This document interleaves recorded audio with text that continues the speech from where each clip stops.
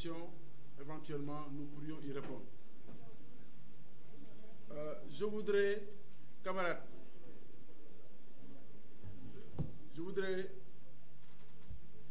emboucher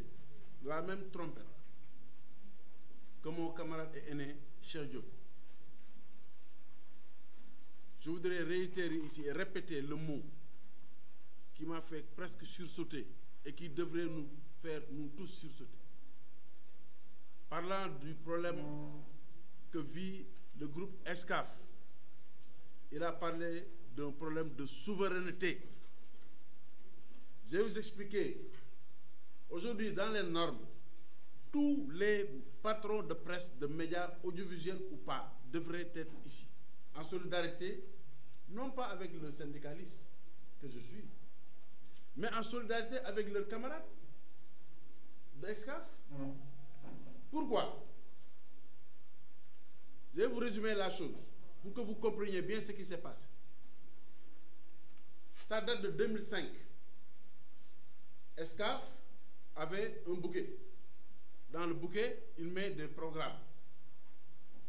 Certains de ces programmes, il les a acquis du groupe Canal. C'est les chaînes de télévision, TF1, tout ça, machin. Il doit le payer. Ils ont un contrat. Mais, attention, dans le contrat, il est dit clairement que si demain, Canal trouve un autre client au Sénégal, c'est-à-dire qui fait la même chose qu'Excaf, et que Canal lui applique un prix moindre, Canal va automatiquement appliquer le même prix à Excaf. C'est des questions de droit de la concurrence. Damay jaay sama yëf, damay louer sama kër, ma louer ko Cheikh Diop, ma louer ko fanweeri junni. Mais si contrat bi ñu ne immeuble laa yor quoi, bu am ay appartement yu bëri, benn appartement ma jox ko di ko muy fay fanweeri junni. Mais dañoo bind ci contrat bi ne mënuma louer keneen lu yées fanweeri junni. Bu ma ko defee moom dama koy appliquer lu yées loolu ma décidé. Maanaam bu après fekkee ne après dama ñëw jël benn appartement bi louer ko Cheikh Birahim moom mu may fay 125 000 bu boobaa Cheikh Diop dafay nekk ci droit am pour moom it di fay 125 000 loolu lañ bind. te droit dañ ne li ñu bind ci contrat bi mooy droit entre les parties. looloo xew Excaf du leneen Excaf di fay ba xëy yëg ne am na beneen opérateur bu fi nekk DSTV boo xamante ne moom li ko Canal di jaayee daanaka double bi lay jaay kële Excaf ne léegi man Canal fayatuma parce que yow da nga war a appliquer prix bi gën a moindre loolu rek mooy coow li. te bu nekk Sénégal boo defee opération bu at mi jeexee da ngay fay impôt mais si biir convention bi également dafa war a fay li ñuy wax redevance mu ngi mel ni autoroute à péage bi yéen ñu koy fàttali autoroute à péage bi mu demee noonu ci la ñuy découvrir ñu ne waa autoroute à péage bi 1000 francs la ñuy fay 1000 francs droit d'impasse pour occuper impasse 1000 francs maanaam ñaari téeméer ça avait choqué tout le monde parce que loolu xam nga ne ko sax doo fay dara moo gën loolu parce que loolu saaga la quoi. Eh bien Canal Horizon redevance yi muy fay xam nga nan la ko calculer bu defee 20 milliards de chiffre d'affaires et plus 20 milliards et plus bu ko deful moom du ko fay redevance bi mais bu defee 20 milliards et plus xam nga ñaar lay fay entre 20 et 35 millions loolu lay fay en termes de redevance waxuma impôt redevance là redevance boobu mooy li war a dundal le fonds d'appui de la presse war a dundal une partie l'organe de régulation war a dundal loolu la ay sénégalais qui sont de bon teint comme toi et moi loolu la ñuy jël dëxëñ ko signé ko ak Canal Horizon. Heureusement d'ailleurs que à chaque fois bu ñu defee loolu Canal du am lu ñu wooyee le décret d'approbation parce que nag loolu bés bu amoon moom mooy jégg na doyam bés bu ñëwoon tey ba mu am décret d'approbation si loolu maanaam di fay 20 millions sur 35 entre 20 et 35 milliards tu payes 20 à 35 millions de francs CFA c'est-à-dire c'est 0,00000 xaw ma ñaata pour cent loolu saaga la. Pendant ce temps, en Côte d'Ivoire, ils payent entre 150 et 250 millions de redevance. Même type de redevance.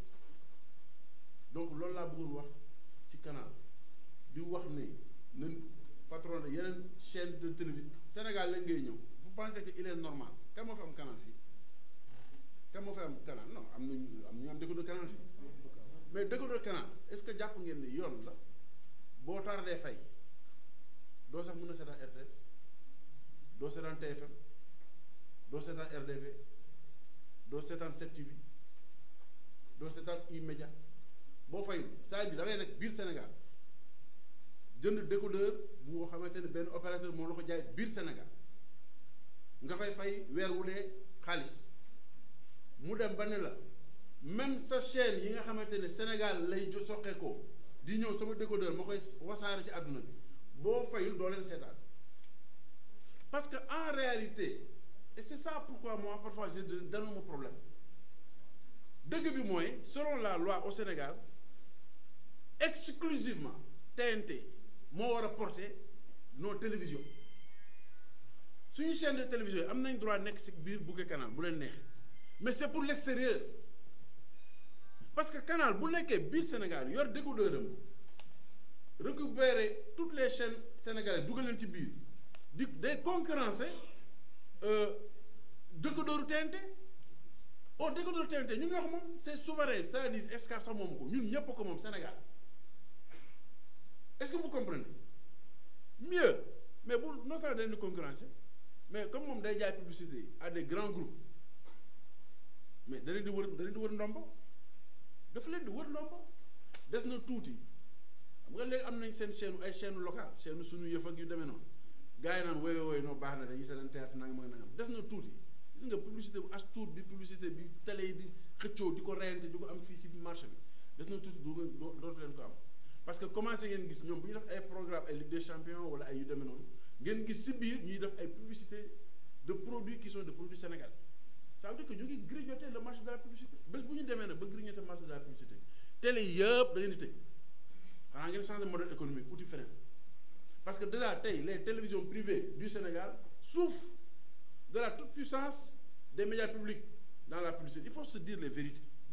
ñun on plaide pour que mu am une loi de financement de l'audiovisuel public xaalis bi di jóge ci gafaka réew mi di dem ci médias publics yi publicité bi ñu réglementé ko nga xamante ne les médias publics duñ ci am as pàcc rek nañ ci am li ci des ñu bàyyi ko ak médias privés yi parce que aussi bu médias privés yi amul publicité amul service commercial bu dëgër am modèle économique bu dëgër bu yàggee dootu ñu leen sax mën a fay salaire yi ngeen waral àndal il faut que ñuy xam enjeu yi parfois fu muy nekk donc pour Canal looloo fi am li fi am daal mooy am na benn groupuscule de sénégalais bon teint comme yow ak man ñuul kukk sant Jóob ak Jaxaane Jaxate ñoo xamante ne ñoo fi nekk tey di dunguru Canal di wër ndombo di dugg ci ay prox ndoll pour fexe daal ba Canal li mu warloog réew mi bu ko def benn ñaar pour fexe ba Canal teg loxo ci suñu infrastructure bi nga xamante ne mooy TNT nga xamante ne Sénégal moo ko njëkk am ci Afrique de l'Ouest donc loolu il faut que mu dugg ci bopp nit ñi ñaareel bi ñu ñëw ci état responsable te foofu laay terminer l'état kenn mënu ko génne ci problème yi ñu wax nii fu mu nekk nii c'est des problèmes par secteur Soleil am na problème APS am na problème Excaf am na problème RTS am na problème mais secteur bi de façon générale dafa am problème et je vais vous dire pourquoi 15 juillet 2020 le président de la République du Sénégal dafa ne ci conseil des ministres jox na ndigal ministre communication pour mu finaliser ci délai yu gàtt ci diir bu gàtt lu ñu wooyee la mise en œuvre optimale de la nouvelle convention collective du secteur de la presse nous sommes tous des employés du secteur de la presse du 2020 la woon kan ci yéen la condition am changé néew na am na je veux dire am na mais ñi ci bénéficié xam nga ñan la am na ay entités comme les universités wala yu demee noonu ñoo xamante ni seen secteur communication ils ont appliqué la convention aujourd'hui par exemple au Sénégal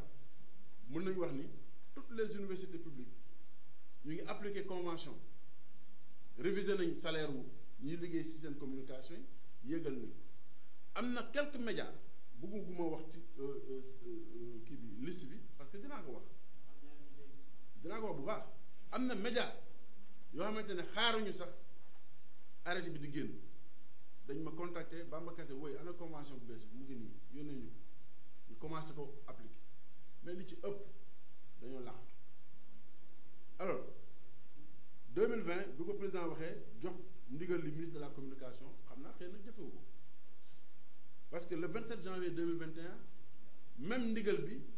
président daf ko jël jox ko ministre du travail nag commencé na def ay jéego peut-être que ñenn ci yéen yëguñu ko mais am na ay këru liggéeyukaay média yu bëri yoo xamante ne ministre de inspection du travail ñëw na fa pour mener enquête pour xool ndax convention bi ñu ngi koy appliqué wala du ñu ko appliqué parce que li Abbas wax sànq laay dëggal daf si am jamono yoo xam ne bu ñu fa tolloo syndicalisme bi day xaw a wéet parce que gars yi dañuy ragal tey bu fekkee ne RTS Soleil APS nga xam ne ñoom ñooy les médias publics nga xam ne ñoo war a gën a doxal yoon fekkee ñoom ñooy jeng di jàdd yoon mais asama média privé léegi quand un média privé tout puissant est face à un jeune caméraman qui vient de sortir qui a un contrat de nu mu tuddati de stage booy bi pare bon ñu xam ne booy bi xale yi ñu ne boo ok nañ ko retenir ñu proposé ko contrat de prestation 80 000 75 000 xam nga booy bi moom jàpp na ni oui mais c'est bien parce que auto TFM bi moom it dépose sama gàlle quoi comprendre nga bu guddee gars yi booy bi TFM la nekk quoi mais gars yi ñu ngi lay rendi yaa ngi dee parce que ils sont en train de te prendre tes meilleures années et ils ne respectent aucun de tes droits surtout les cadres léegi problème bi fu mu nekkee mooy ñoom jàpp nañ ni mën nañoo noot par benn mais attention État et c'est là où moi j'interpelle l'État quand l'État donne 2 fois des instructions il faut que ces instructions soient suivies d'effet parce que État moo mën a sauver genre nit yooyu du Bamba Kassé parce que Bamba Kassé booy bi xëy na du am sax numéro pour woo ko wala même bu amee numéro pour woo ko amul fitu woo ko ne ko grand man sama contrat bi nangam ak nangam parce que yaakaar na ni bu ko defee bu Bamba xëbëree ñu dàq ko et ça c'est compréhensible c'est humain c'est pas normal mais c'est humain donc c'est à l'État de veiller à ce que le secteur des médias respecte la légalité et la réglementation en vigueur dans ce pays État nag mënul joxe ay instructions 1 fois 2 fois et au sein même de l'État parce que note bi c'est la section administration ñoom ñoo ma ko yónnee parce que ils n'ont pas pu venir xam ngeen ni am na suñu yenn confrères yoo xam ne ñu ngi liggéey ci ministère bi nekk ay chargés de communication ñooñu dañ leen war a appliquer convention bi mais tenez-vous bien depuis mai 2020 ba léegi ni kenn appliqué wu bu ñu demee fonction publique ñu leen woy certains techniciens n'ont pas de diplôme mais qu'est-ce qu'on a la mooy diplôme convention bi ci affaire technicien c'est très simple yow technicien nga caméraman nga wala quoi que ce soit d'autre ñu recruter dans un ministère nga def fa 10 ans léegi dañuy xaar ba 10 ans yi passé ñu laaj le diplôme pour te revaloriser ñu laaj le diplôme quoi mais bi ñu lay recruter kenn laaj le diplôme là bu ñu la recruter nga def fa 10 ans kay ça veut dire que li ñu lay doyee moom yaa ngi fa voilà donc parce que bu ñu leen waxee am na sax benn fonctionnaire boo xamante ne bi ñu ko nee bu mu defee simulation yi Sénégal dafa doy waar yow fonctionnaire la ñu jox la instruction nga def simulation de salaire nga ne non lii moom gars bi ñu ko fay dafa nar a bëri amoo lenn loo xalaat yow xalaatul ne ok dossier baa ngi nii est-ce que yow ok est-ce que am nga diplôme bi d'accord est-ce que def nga lii d'accord condition bi d'accord critère bi d'accord ok donc yow nañ la jox sa mais mu ne ko non mais yow sa waay parce que moom xëy na mu ngi calculer ak par rapport ak moom vous comprenez un peu donc de façon générale application convention collective amagul benn ñaar mise en place haute autorité de régulation amagul ñett mise en place d'une loi d'accès à l'information amagul de façon générale ak la ça c'est des questions qui traversent les sections ñeent protection de nos champions nationaux de nos médias nationaux respect de la réglementation sur la TNT après la transition numérique amagul amul boo amul sax mais non seulement amul mais boobu ay jalgati yu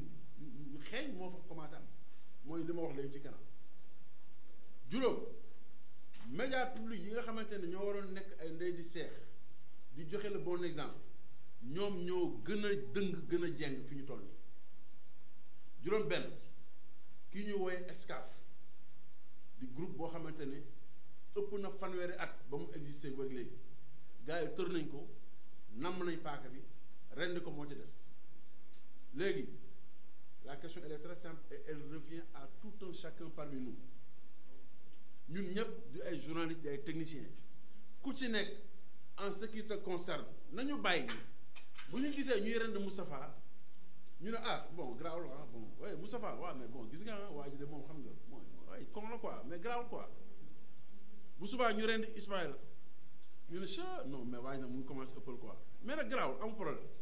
bu gannaaw subaa ñu rend Abbas ñu ne cha Abbas tam dafa bëri coow quoi mais garaawul moom bëy la moom day yuuxu xam nga parce que yooyu buy am ci biir kër xam nga nag moo koy waral dañu toog di seetaan benn ñaareel bi dafa am ñoo xamante ne yàlla moo bind ñu nekk ay traître àdduna bi ñu ne bu la avantage jarale ñu rendi sa moroomu nit sa nawle parce que toi on va te promouvoir et qu'on va te donner 2 ou 3 petits avantages pécuniaires nga nangu ko mais jaam nga te tôt ou tard mën nga ko lekk mën na sax rees mais di nga ko fay parce que li nga koy fay mooy di nga toll sa jamono boo xam doo mën a xool sa bopp si seetu le camarade Cheikh Diop a dit tout à l'heure quelque chose moi je n'en parle presque jamais parce que je trouve que jaru ko